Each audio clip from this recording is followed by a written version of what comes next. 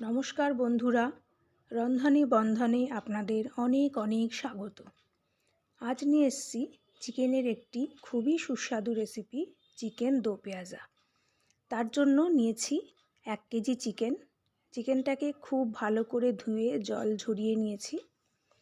এবার চিকেনের মধ্যে দিয়ে দিচ্ছি 2 চামচ নুন, 2 চামচ হলুদ গুঁড়ো। নুন আর হলুদ দিয়ে চিকেনটাকে খুব ভালো করে মেখে রেখে দিতে হবে। আমি আধ ঘন্টা রেখেছি, আপনাদের হাতে যদি সময় থাকে আপনারা 1 ঘন্টাও রাখতে পারেন। আর খুব তাড়া থাকলে 15 মিনিট রাখলেও হবে, তবে আধ ঘন্টা রাখলে ভালো হয়। নুন হলুদ মাখিয়ে চিকেনটাকে ঢেকে রেখে দেব আধ ঘন্টা মতন।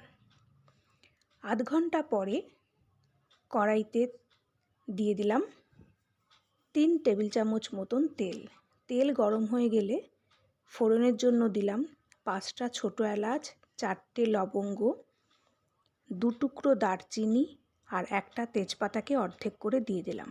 ফোড়নগুলো একটু নাড়াচাড়া করার পরে দিয়ে দিলাম একটা, মাপ করবেন, 2টো মাঝারি সাইজের পেঁয়াজ কুচিয়ে রেখেছিলাম, সেটা দিয়ে দিলাম। গ্যাসটাকে হাই রেখে পেঁয়াজটাকে খুব ভালো করে তেলের মধ্যে ভেজে নিতে হবে।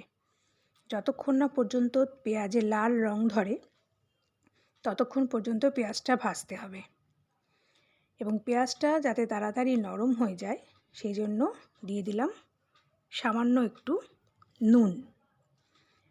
নুনটা দেওয়ার পরে পেঁয়াজটাকে খুব ভালো করে লাল লাল হওয়া পর্যন্ত নেড়ে দিতে হবে। এবার দিলাম আদা রসুন আর কাঁচা লঙ্কার পেস্ট। মিক্সিতে 1 ইঞ্চি আদা, 7-8 কোয়া রসুন আর 4টে কাঁচা লঙ্কা একসঙ্গে বেটে নিয়েছি খুব ভালো করে, সেই পেস্টটা দিয়ে দিলাম। এবার আদা রসুন আর পেঁয়াজটা খুব ভালো করে কষিয়ে নিয়ে গ্যাসটা এই সময় হাই রাখবেন। মশলাগুলো খুব ভালো করে কষিয়ে নেওয়ার পরে দিয়ে দিলাম একটা মাঝারি সাইজের টমেটো। আমি ছোট করে কুচিয়ে নিয়েছি, এই টমেটোটা দিয়ে দিলাম। টমেটো দেওয়ার পরে গ্যাসটা কমিয়ে দেবেন একদম সিমে। এই টমেটোর সঙ্গে মশলাটা খুব ভালো করে কষিয়ে নিতে হবে।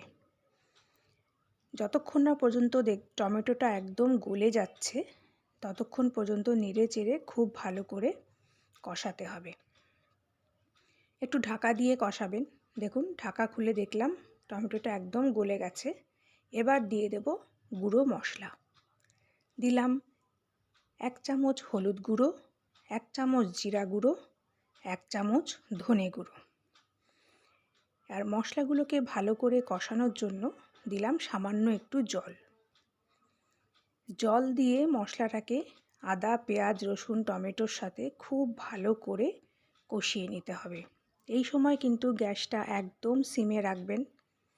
যতক্ষণ মশলা কষানো হবে ততক্ষণ গ্যাস সিমেই থাকবে। মশলা যত ভালো করে কষানো হবে মাংসের টেস্ট কিন্তু তত ভালো হবে। গ্যাস সিমে রেখে খুব ভালো করে মশলাটা কষিয়ে নেওয়ার পরে দিয়ে দিলাম ম্যারিনেট করা মাংসটা। গ্যাসটা এই সময় মিডিয়ামে রাখতে পারেন। এবার মাংসটা দিয়ে মশলার সঙ্গে মাংসটাকে খুব ভালো করে মিশিয়ে নিতে হবে। এই প্রিপারেশনটা আপনারা রুটি, লুচি, ফ্রাইড রাইস সবার সঙ্গেই খেতে পারেন। ইচ্ছে করলে ভাতের সঙ্গেও খেতে পারেন। আমার রেসিপিগুলো যদি আপনাদের ভালো লাগে তাহলে লাইক এবং শেয়ার করে দেবেন। আর প্লিজ আমার চ্যানেলটাকে সাবস্ক্রাইব করে দেবেন।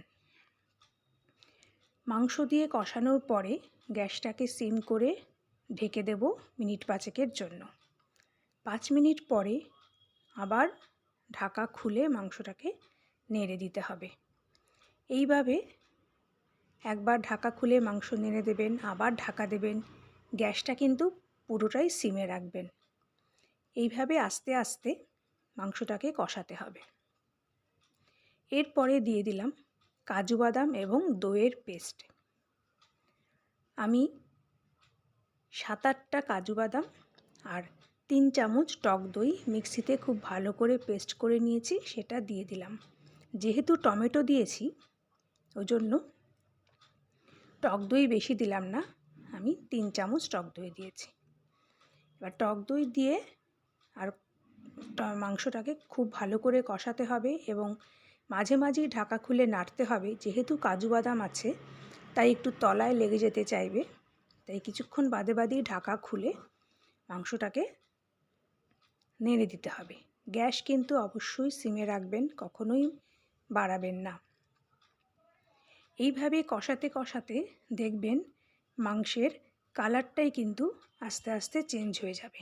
দেখুন আমার কালারটা কীরকম চেঞ্জ হয়ে গেছে আর তেলটাও ছাড়তে শুরু করেছে। মাংস যত সময় ধরে আস্তে আস্তে টাইম নিয়ে কষাবেন, মাংসের টেস্ট কিন্তু তত ভালো হবে। এবার আবার ঢাকা দিয়ে দেব, দিয়ে মিনিট 3-4 রেখে ঢাকাটা খুলে নিয়েছি। দেখুন মাংস কষানো আমার কমপ্লিট, তেলও সেপারেট হয়ে গেছে মাংস থেকে। এবার এখানে অল্প করে গরম জল দেব। অবশ্যই গরম জল দেবেন, কারণ মাংস রান্নার সময় কখনোই ঠান্ডা জল দেবেন না, তাহলে মাংসের টেস্ট কিন্তু ভালো হয় না। যেহেতু দো পেঁয়াজা বানাচ্ছি তাই একটু মাখো মাখো রাখবো, তাই বেশি জল দিলাম না, ওই মাংসটা সেদ্ধ হওয়ার মতন অল্প জল দিলাম। জলটা দিয়ে আবার ঢেকে দেব মাংস সেদ্ধ হওয়া পর্যন্ত।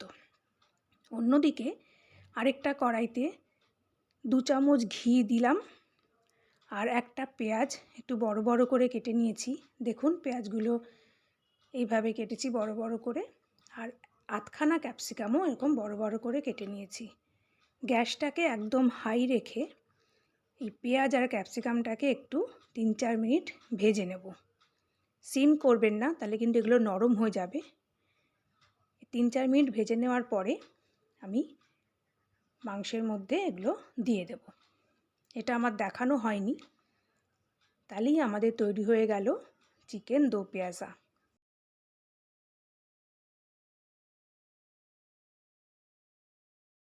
আশা করি রেসিপিটা আপনাদের ভালো লেগেছে। পরের দিন আবার একটা নতুন রেসিপি নিয়ে চলে আসব। ততক্ষণ পর্যন্ত ভালো থাকবেন, সুস্থ থাকবেন। নমস্কার।